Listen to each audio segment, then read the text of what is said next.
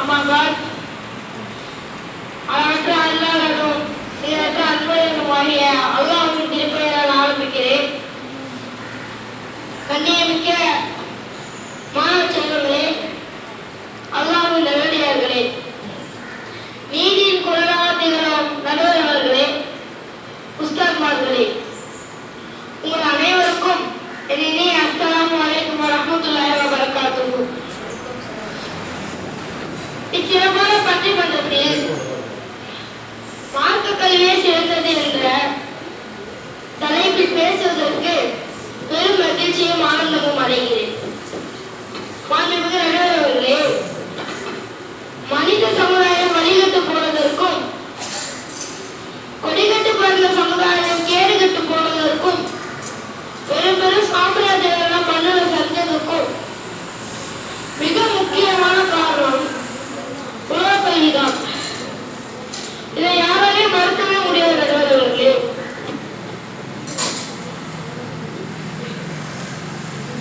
பெரும் பெரும் பணக்காரர்கள் எல்லாம் பரதேசிகளை போனதற்கும் மிக மிக முக்கியமான காரணம் மதுவும் மாதமும் தான். இதை யாராலே மறுக்கவும் முடியாது நடுவர் அவர்களே. மதுவை கண்டுபிடித்தது யார்? மார்க் அறிவியலை கண்டுபிடித்தார்? இல்லையே, உலக கல்வி கற்றவன் தானே கண்டுபிடித்தான். இதுக்கு விதவிதமா பேர் தான் வச்சாரோ. அந்த பேர் லிஸ்ட் போட்டு சொல்ல முடியாது. இது போன்ற தீமைக்கு மனித அழிவுக்கும் காரணமாக இருப்பது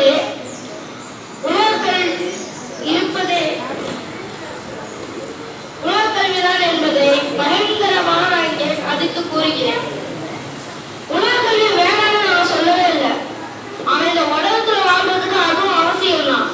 ஆனா மார்க் அறிவோடு சேர்ந்து இருந்தா அதெல்லாம் நமக்கு பயந்து வாழ வேண்டும். ஸ்கூல் கவி மதுவிலும் மாதுவிலும் பெரும் பாவம் உண்டு என்று அல்லாஹ் சொன்னதை கேட்டிருப்பீங்க அல்லது பார்த்திருப்பீங்க, நடைமுறையை பெற்றிருப்பீங்க.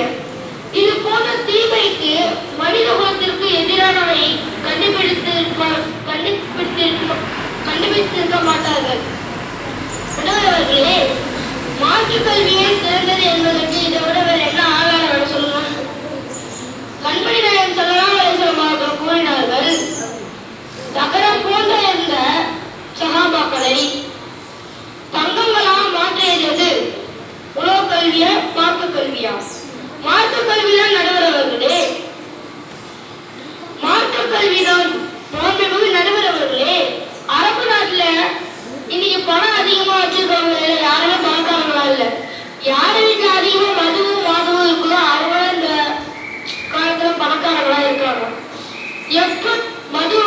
எப்ப மது குடிக்க கூடாதுன்னு அல்லாஹ் திருக்குர்ஆனில் வசனத்தை இறக்கினாரோ அப்போதே ஒவ்வொரு வீட்டிலும் மதுவை தூக்கி போட்டார்கள். தெரு விதிகளில் எல்லா இடத்திலும் மது ஆராய் ஓடியது. எது? மார்க்க கல்வி நடுவர்களே. இன்றைக்கு உலக கல்வி படித்தவர்கள் நிறைய உள்ள சூழ்நிலை, பள்ளிக்கூடங்கள் கல்லூரிகளும் நாளுக்கு நாள் பெருகி வரும் சூழ்நிலையில் உலக கல்வி படிப்பவர்கள் எண்ணிக்கை தினந்தோறும் அதிகரித்து வரும் சூழ்நிலையில் மதுவையாளர்கள் அடியோடு ஒழிக்க முடிகிறதா அல்லது குறைக்காமல் முடிகிறதா? இல்லையே நடுவர்களே. உலக கல்வி பொருளாதாரத்தை முன்னேற்றலாம், உலகில் பெரும் புகழும் கிடைக்கலாம், சமுதாயத்திலும் பொருளாதாரத்துல புகழிலும் முன்னேற்றம் அடைவது மட்டுமே உயர்வல்ல, மாறாக நியாயம், நேர்மை, நற்குணம் போன்ற எல்லா செயல்பாடுகளையும் கொண்டு வருவதுதான் உண்மையான உயர்வு. இது போன்ற நற்குணத்தை போதிப்பது உருவாக்குவதும் கல்வி மட்டுமே என்பதை ஆணித்தரமாக இங்கு கூறுகிறேன். நடுவர் அவர்களே, நான் கேட்கிறேன், எதிரணியருக்கும் உலக கல்வி அவரா கற்றுக் கொடுக்கிறாரு இல்ல நடைமுறையில் தான் செய்கிறாரா? அல்லது ஆனா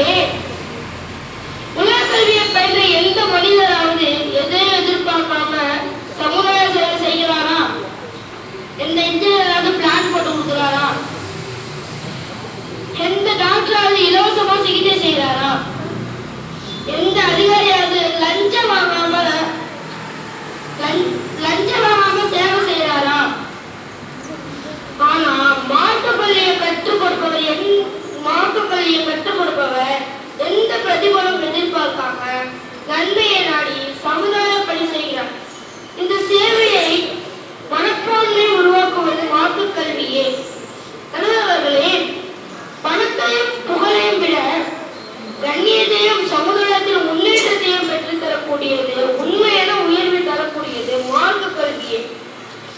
அத்தகைய நிலையான உண்மையான உயர்வை தருவது மார்க்க கல்வியே, மார்க்க கல்வியே, மார்க்க கல்வியே.